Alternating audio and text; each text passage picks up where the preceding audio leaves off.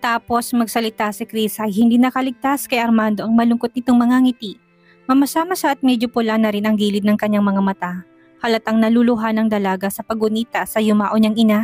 Hindi may tatanggi na namimiss niya ang kanyang ina. Sa pagkakataong iyon, bumilis ang tibok ng puso ni Mando. Namatay siya noong bata ka pa lang? Opo, napailing ng musician. Ang mamatay ng napakabata ay sobrang nakakagulat sa kanya. Ipinalagay niya hindi si Chris ang kanyang anak kahit pa may nakakahawig ito sa dati niyang kasintahan. Hindi tong anak ng kanyang minamahal na si Beverly. Malusog yon at imposibleng pabayaan niyang kanyang kalusugan.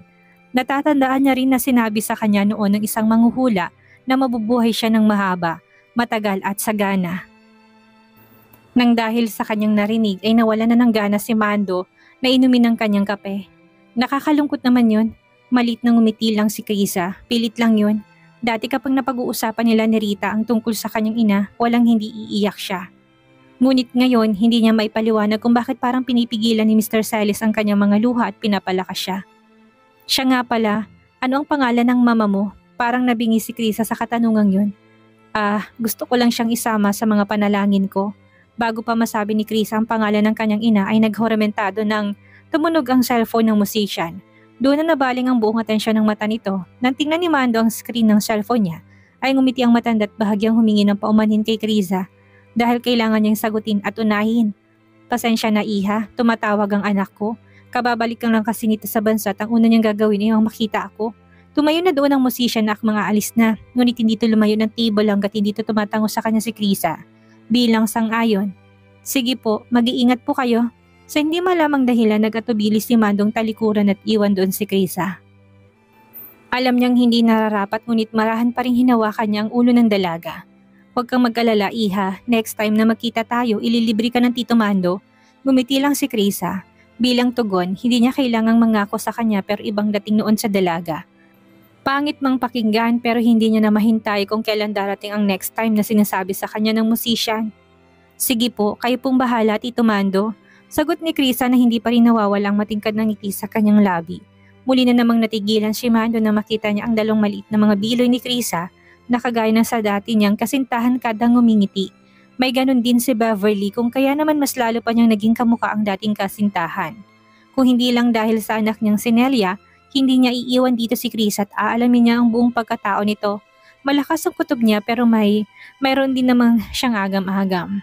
Sige, ingat ka rin pa uwi mamaya iha. Pagsapit ng gabi, pag-uwi niya at pagdating ni Nick ay ipinaalam ni Krisa habang kumakain ng hapunan ng binata tungkol sa hindi inasahan nilang pagkikita ni Mr. Salis sa coffee shop. Talaga? Edi ang saya mo naman dahil nakita mo siya. Hindi nga, saglit lang kami nag-usap bago siya nakatanggap ng tawag. Anak niya daw ang tumawag na kailangan niyang puntahan dahil gusto siyang makita nito. Kababalik lang din daw noon ng bansa. Senelia? Mahinang tanong ni Nick na ikinakunot ng noon ni Krisa.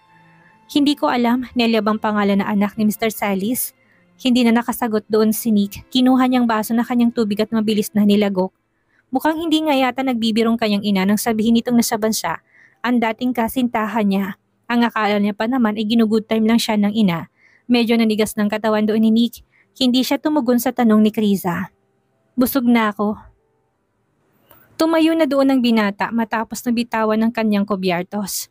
Ha? Tapos ka na kaagad? Hindi mo pa nga nauubos ang pagkain inilagay mo sa plato. Sinundan lang ng tingin ni Krisa si Nick na lumabas na ng kusina. Sa halip na muli itong tanungin ay minabuti niyang mabilis na iniligpit ang pinagkainan nito. Nang matapos siya ay naabutan niyang binata sa living room. Bukas ang TV, malakas din ang volume noon pero halatang wala naman doon ng atensyon ng abogado na parang lagpasan ng tingin sa screen. Nick, may tanong sana ako sa'yo tungkol dun sa DNA bank na nabanggit sa'yo ni Mr. Salis. Mabilis lang bang proseso doon? Ano mga kailangan gawin? Naupo ang dalaga sa tabi ni Nick subalit hindi man lang ito nagbigay ng anumang reaksyon. May kakilala kasi akong plano magpasa din ng DNA doon. Matagal na niyang hinahanap ang kanyang biological na ama. Since nabanggit mo yon, kaya naman natigilan sa pagsasalita si Nick at matamang pinagmasdan niya si Nick na tulala pa rin. Nick, yugyug niya na sa isang balikat ng binata na tinignan lang siya ng magaan. Ngumuso pa siya para ipakita sa kanya nagtatampo na siya sa kawalan nito ng oras sa kanya. Hindi ka naman nakikinig sa akin eh. Kanina pa ako salita dito ng salita. Ano bang iniisip mo? Kilala mo bang anak ni Mr. Salis? Ay, oo nga pala, malamang kilala mo yon. Bumalik siya sa tamang katinuan si Nick na naburo ng mga mata sa mukha ni Chris ang nasa kanyang harapan. Maganda to, kagaya ni Nelia. Maamo rin ang mukha at may magandang personalidad. Inalagaan siya nito ng mabuti pagkatapos ng trabaho. Pinagsisilbihan. Ganitong babae ang pangarap niya habang buhay na makasama, subalit hindi niya maintindihan kung bakit badad pa rin siya sa pagbabalik ng bansa ni Nelia. Ang akala niya ay okay na siya, ngunit ngayon narinig niya ang pangalan nito, hindi pa pala. Titingnan mo na lang ba ako ng ganyan? Ano bang problema? May problema ka ba? Nararamdaman ni Nick na gusto siya ni Krisa. Kahit hindi nito tahas ang aminin ay nakikita niya ito sa kanyang mga mata. Nararamdaman niya rin na kada magpapaubaya itong angkinin niya. Yung mga pag-asikaso nito sa kanya, puno yun ng pagmamahal ng dalaga. Subalit nagbalik na naman sa kanyang isipan ang katotohanan na noong nasaktan siya ni Nelia ay pinangako niya sa kanyang sarili na ayaw niyang matali kahit na kaninang babae. Ayaw niya magpakasal. Ngunit nakikita naman niya ang kanyang sarili na kapiling ni Krisa. Ang problema lang ay ayaw niya itong pangunahan sa magiging desisyon tungkol sa bagay nito dahil gusto niyang ma-enjoy na muna nilang kasalukuyan nilang relasyon. Wala akong problema, Chris, sagot ni Nick na kinabig na ni Krisa upang yakapin niya. Ibinuuna ng binatang mukha niya sa isang balikat ni Chris ang hindi malaihingan ng ngiti ng dalaga. Batid niya, nararamdaman niyang may ibang tinatagong abogado sa kanya, hindi siya tanga. Nag-iba lang ang timpla nito nang banggitin niya ang pangalan ng anak ni Mr. Salis na para apektadong-apektado ito pagkarinig niya doon. Gusto kong malaman mo ng sobrang namiss kita buong maghapon, baby. Matapos na halikan ng tuktok ng ulo ni Krisa at ikulong pa sa mga bisig ng ilang minuto, ang katawan ng dalagay marahang hinaplos na maninig ang buhok nito na parang ginagawa niya lang ang bagay na yon upang pagtakpan ng guilt na nararamdaman niya sa oras na ito dahil sa pagbabalik ng dati niyang nobya. Saglit niyang inamoy-amoy pa yon na parang adik dito, ngunit hindi nun nabawasan ng paghihinalang na buo sa isipan ni Krisa na piniling manahimik na lang at hindi na magkomento pa. Pasensya ka na, Chris, ha, doon na muna ako sa study room ko ngayon. May mga ilang business-related na documents na naman akong kailangang basahin at unahing pagkukulan ng pansin. Babawi rin ako sa iyo oras na matapos to. Huwag mo sanang masamain ito ngayon. Pagkatapos na sabihin niya yon ay tumayo ng abogado at naglakad palabas ng silid patungo sa study room niya. Hindi inaasahan niya ni Krisa kaya naman hindi niya mapigilang mas maalala pa ang mag-isip. Ang akala pa naman niya ay sa kanya na ang buong atensyon ng binata sa gabing iyon gaya ng dati. Hindi naman niya gustong magkaroon ng opisyal na relasyon sa binata. Napansin niya lang na biglang hindi na normal ang abogado nung banggitin niyang pangalan ng anak ni Mr. Salis. Hindi nakaligtas sa mga mata niya ang naging reaksyon nito. Malamang may kaugnayan niya sa dating babaeng minahal nito. Hindi kaya dati silang may relasyon at hanggang ngayon ay affected pa rin siya. Nanikip ng dibdib ni Krisa sa isipin lang na yon. Matala sa mga mata ng dalaga at hindi siya. Maikakailang napansin niya na biglang nagbago ang ekspresyon ni Nick pagkatapos ng scene na yon. Yun nga kaya ang dati niyang kasintahan? Magkakabalikan na ba silang muli dahil nandito na siya? Bumagsak pang magkabilang balikat ni Krisa. Ngayon parang nakikinita na niya na mahahati ang atensyon ni Nick sa kanila. Ipinilig ni Krisa ang kanyang ulo. Pilit na winawaglit ang isiping iyon ngunit hindi niya magawa dahil sobrang affected na rin siya. Aaminin niya, sobrang nasasaktan na siya, isipin pa lang yon. Inaasahan niya kasing magandang anak ni Mr. Salis, kumbaga, almost perfect na ito. Sino ba naman siya kung ikukumpara sa babae? Natatakot tuloy siyang marinig mismo sa bibig ni Nick ang katotohanan sa kung anong relasyon nilang dalawa ng babae. Baka lalo niyang ikalugmok pa yon. Kung sakali lang na may dati silang relasyon, ano kayang dahilan kung bakit sila nagkahiwalay? Pigil ang hingang tanong ni Krisa sa kawalan. Pwede ko kayang tanongin si Nick? Kaso hindi niya pa naman inaamin. Sa kanila siguro kapag na-confirm ko na siya ang dati nitong nobya. Gayon pa man hindi mapigilan ni Krisa na biglang mawirdohan. Ilang beses na kasing nakasalumuhan niya si Mr. Salis at alam nitong girlfriend siya ni Nick. Subalit hindi man lang nabanggit ng magatanda ng anak niya pala at ang abogado ay merong nakaraan. Kahit si Nick, hindi rin sinabi yun sa kanya. Malalim na napabuntong hininga na si Krisa. Tumayo siya ng sofa, tumayo siya sa may bintana. Tinanaw ang malayot malabong mga city lights na nagmistulang mga bituing nagkalat sa malawak na pisngi ng langit. Napayakap siya sa kanyang sarili nang maramdaman ang malamig na hangin na pumasok sa bukas na pintuan patungo sa veranda ng penthouse. Hindi niya mapigilan ang sarili na bigla siyang makaramdam ng matinding lungkot. Yung lungkot na parang sinampal na naman siya ng katotohanan na ang pagtira niya sa tahanang iyon ay pansamantala lang at pag-angkin niya kay Nick bilang kasintahan ay pananandalian lang. At malapit nang magwakas, hindi niya alam kung anong mangyayari sa kanya kapag wala na si Nick sa buhay niya. Sobrang nasanay na kasi siya sa atensyong ibinibigay ng binata sa kanya. May tsapwera na naman ba ako? Kailangan ko na bang magkusang umalis sa penthouse niya? Tama talagang desisyon kong magbukas ng music center para kung sakali na may ganito, malilibang ako. Ilang buntong hininga pa ang kanyang ginawa habang nakatanaw sa labas ng penthouse. Pagkaraan ng ilang sandali ay nagpasya na siyang maupo muli sa sofa. Pakailang beses niyang sinulyapan ang nakapinid na pintuan ng study room ng binata. Ilang beses siyang natempt na puntahan ito at katakin sa loob ng kausapin. Wala lang, gusto niya lang na istorbohin to sa ginagawa. Muli siyang napahinga ng malalim. Nasa loob na sila ng iisang bahay pero pakiramdam niya ay nasa magkaiba sila nitong mundo. Pakiramdam na noon lang niya naramdaman. Para ang hirap pasukin ng bagong mundo ni Nick. Kausapin ko kaya siya? Alanganin niya pang tanong. Come on, Krisa, magtigil ka nga. Ano naman ang sasabihin mo sa kanya gayong walang na kayong label na dalawa, hindi ba? Magpapakatanga ka lang? Maya-maya pa'y muli siyang bumuntong hininga na parang may mabigat na dinadala. Isinandal na niya ang likod sa sofa at naburo ng mga matang muli sa direksyon kung nasaan ang study room. Ilang sandali pa'y pinikit niya ang mga mata, binalikan ng mga magagandang bagay at sweet moment na ginagawa sa kanya ni Nick. Mula sa mga piraso ng bulaklak sa umaga kapag nagigising siya hanggang sa mainit na pagninig nila sa ibabo ng kama upang maging isa ang mga katawan nila. Hilaw siyang napangiti na maramdaman ng invisible na mapaklang likido na lumukob sa katawan. Replacement lang naman kasi siya. Eto na nga bang sinasabi niya eh. Ang hirap nitong ilaban lalong wala silang label ni Nick. Tanggapin mo na lang, Krisa, kung ano kanya. Dati pa naman ay alam mo nang mangyayari to, hindi ba? Hindi mo lang napaghandaan dahil sa biglaan. Huwag ka nang malungkot, pagtiisan mo na lang ang sakit.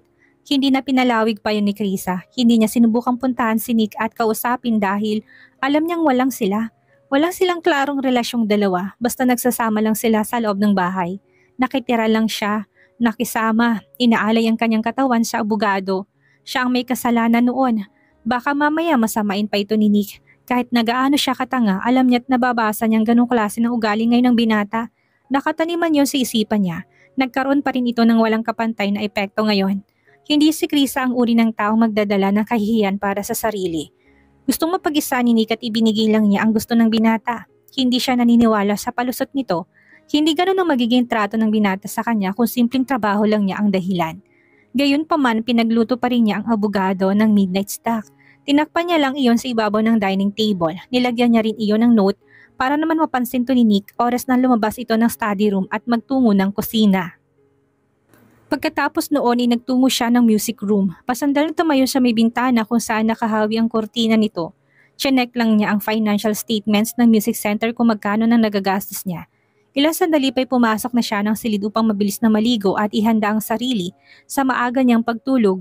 Habang nakahiga, hindi niya mapigilan na sumagi sa isipan ng 4 na taong nabigong relasyon kay Alex na nagturo sa kanya na huwag maawa sa isang lalaki. Hindi niya rin kailangang mamalimos ng awa. Kung ayaw niya sa akin, edi ayaw ko rin sa kanya. Dabog ni Chris ang tumagilid upang yakapin ang kalapit na unan. Hating gabi na'y nanatili pa rin si Nick na nakaupo sa loob ng kanyang study room. Puno na ng upos na sigarilyo at abo ang ashtray niya na nasa gilid ng kanyang mesang hindi niya namalayang naubos niya. Nalilimahid rin sa makapal na usok ng sigarilyong loob ng study room na nagmistulang binalot na ng makapal na ulap ng dahil doon. Matapos na maubos ang huling stick ng sigarilyo at mailagay yan sa ashtray, nilamukos na niyang kahan nito at malakas na inihagis yun, patungo sa basurahan sa may gilid. Shoot, bulalas niyang napatalon na may malapit sa kanyang upuan, ngunit muli rin siyang nakaupo. Namumula na ang kanyang mga mata at halos sumasara na rin pareho ang talukap noon na tila ba nagpapaalala sa kanya na malalim na ang gabi at kailangan na niyang matulog. Tumayo siya matapos na ilang beses na humikap at dire-diretsyong lumabas ng study room. Wala naman talaga siyang official business na kailangan niyang unahin. Nagtungo lang siya sa study room upang mapag-isa at nang makapag-isip-isip na rin. Ngunit sa halip na magkaroon ng sagot ang mga tanong niya, lalo pa siyang naguluhan. Ano ba talaga ang gusto mo sa buhay, Nick? Gusto mo pa bang bumalik sa nakaraan na ipaniramdam sa iyo ang sakit? Bitaw na. Paano si Krisa? Paano siya? Sumagot ka. Kastigo niya sa kanyang sarili. Paglabas niya ng sala ay malamlam na munting ilaw na lamang ang naiwang nakasindi doon. Sinadyang iwanan niyo ni Krisa nang sa ganun imadali ni Nick na makitang midnight snack na nasa hapagkainan. Baka kasi lagpasan niya lang ito kapag nagkataong hindi niya nakita. Nakokonsensyang tinanggal ni Nick ang takip noon upang tingnan kung ano yung matapos basahin ang notes na iniwan ng dalaga. Ilang piraso yun ng bacon and ham sandwich na hinati pa ni Krisa sa gitna. Tahimik na naupo na si Nick sa harap noon matapos kumuha ng tubig at kinagatan niya ang isang piraso nito't saka ibinaba. Napaka-thoughtful naman niya, sambit ni Nick na kinurap-kurap ang mga mata. Matapos maubos ang isang piraso noon at uminom ng tubig, tumayo na muli si Nick at maingat na naglakad, papasok ng bedroom. Nakatulog na sa mga sandaling yun si Krisa na hindi na siya nagawang hintayin pa. Nakataligil ang dalaga paharap sa kabilang direksyon kung kaya hindi makita ni Nick ang mukha nito. Nakatalikod yun sa banda ng pwesto ng binata. Nakasuot ng conservative na white cotton nightgown ng dalaga bilang kanyang pangtulog. Nabasa ni Nick ang isang pangungusap sa isang libro o magazine noon na nagsasabing ang estilo ng pantulog ng isang babae nagpapahiwatig kung gusto niya makipagtalik ngayong gabi o hindi sa kanilang partner. At sa gabing iyon ay halatang ayaw ni Krisa na gawin ito dahil sa uri ng kanyang damit. Sorry, mahina niyang turan, na halos siya lang naman ang nakarinig noon.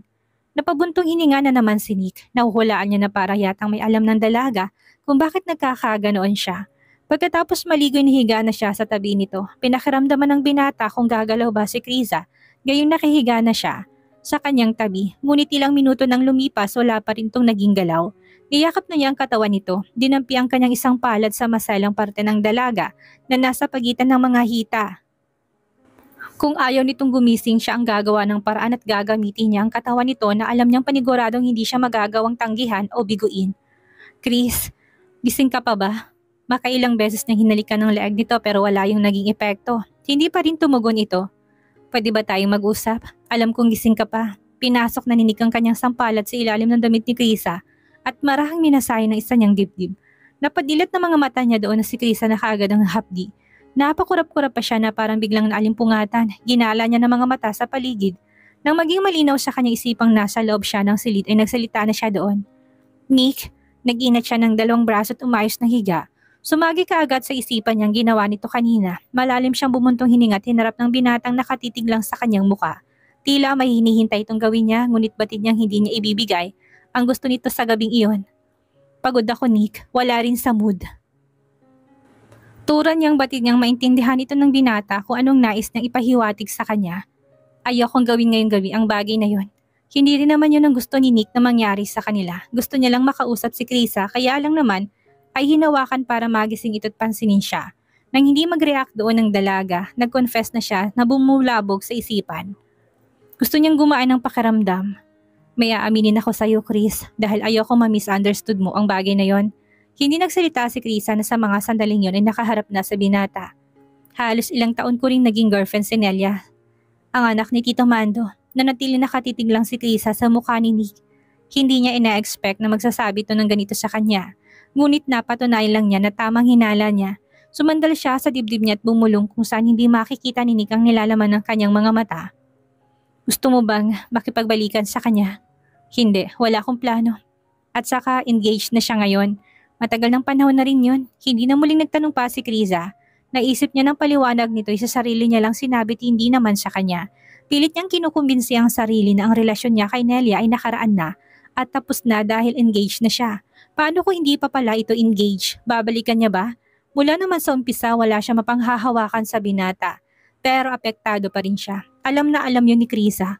At para aluin ang sarili na huwag nang masaktan, pinili niyang magpanggap na ayos lang sa kanya ang lahat. Mabuti naman kung ganon, wika niyang niyakap na sa leeg si Nick at siniksik ang sarili sa kanyang katawan. Niyakap din naman siya ni Nick bilang tugon doon. Ayoko rin namang maging side chick mo o hindi kaya ay kabet. Kung may plano kang gawin yon, sabihin mo sa akin na makapag-adjust naman ako. Sineryoso ni Nick iyon. Pinaglapat niya ang mga ngipin at pinakita kay Krisa ang hindi niya nagustuhan ng mga pinagsasabi nito sa kanya. Sinabi na nga niyang wala siyang interest ditong makipagbalikan pa. Hindi nila isinatinig ng binata ang kanyang naramdaman na minsan ay nakakapikon din ang sinasabi ng dalaga. Ang hilig pa naman ito kung saang part siya nasasaktan doon niya pa ito pinupuntirya. Pero syempre hindi niya ipapakita kay Krisa. Sa halip na makipag-away siya sa dalaga at panindigan ang sinabi niya, ay pinili na lang ni Nick na palagpasin niya yon dahil kasalanan din naman niya. Minabuti na lang ng abogado na ilihis at baguhin ang kanilang topic na dalawa. Bukas ng birthday ni Nati, invited ka dahil sabi na raw kay Mommy na pupunta ka.